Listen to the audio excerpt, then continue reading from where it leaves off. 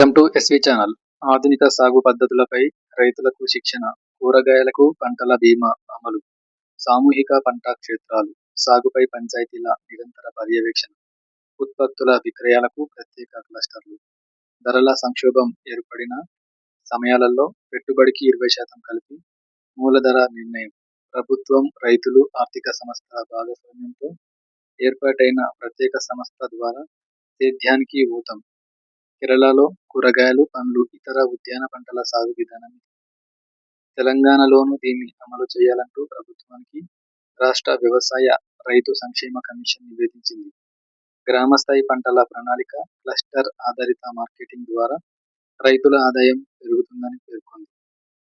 Commission chairman Kodanda Reddy నేతృత్వంలోని బృందం ఇటీవల కేరళలో ఉద్యాన పంటల సాగుపై అధ్యయనం చేసి నివేదిక రూపొందించింది. అందులోని ముఖ్యాంశాలు ఇలా ఉన్నాయి.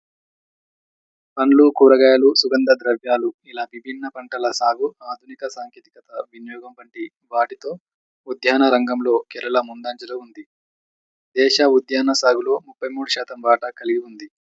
ప్రతి గ్రామం దిగుబడి లక్ష్యాలతో కూడిన పంటల ప్రణాళిక సిద్ధం చేస్తుంది. ఎక్కువ మంది రైతులు సామూహిక వ్యవసాయం చేస్తారు.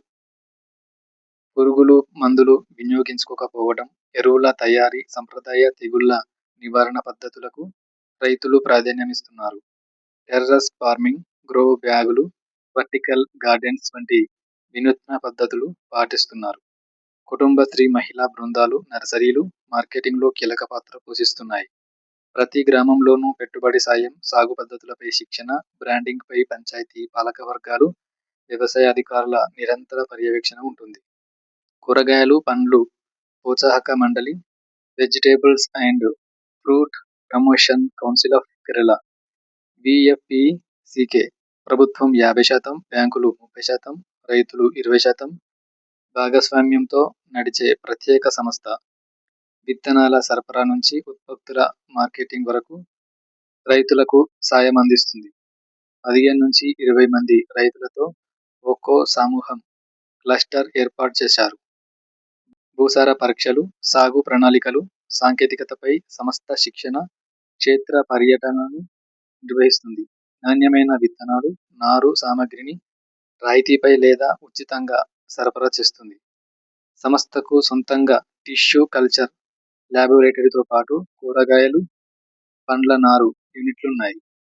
ఊరూర ఆహార శుద్ధి యూనిట్లను నిర్వహిస్తుంది.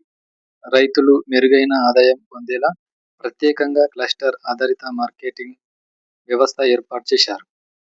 మార్కెట్ సమాచార కేంద్రం ఆధ్వర్యంలో రాష్ట్రంలోనూ ఇతర రాష్ట్రాలలోని ప్రధాన హోల్సేల్ మార్కెట్ల నుంచి సమాచారం సేకరిస్తారు. ధరలు, డిమాండ్కు అనుగుణంగా రైతులకు సాగు ప్రణాళికను అందిస్తారు.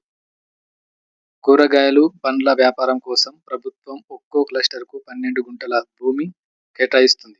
రైతులు తాము పండించిన కూరగాయలను అక్కడికి తీసుకువస్తారు. వినియోగదారులతో పాటు వ్యాపారులు సరుకు కొనుగోలుకు అక్కడికే వస్తారు.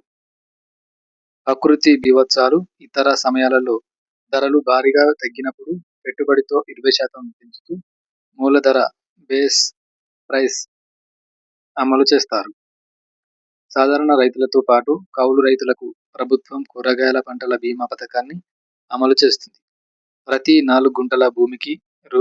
10 ప్రీమియం ఉంటుంది. కూరగాయలు, పండ్లకు ప్రభుత్వం సేఫ్ టు ఈట్ పేరిట బ్రాండింగ్ ఇస్తూ విస్తృత ప్రచారం కల్పిస్తుంది.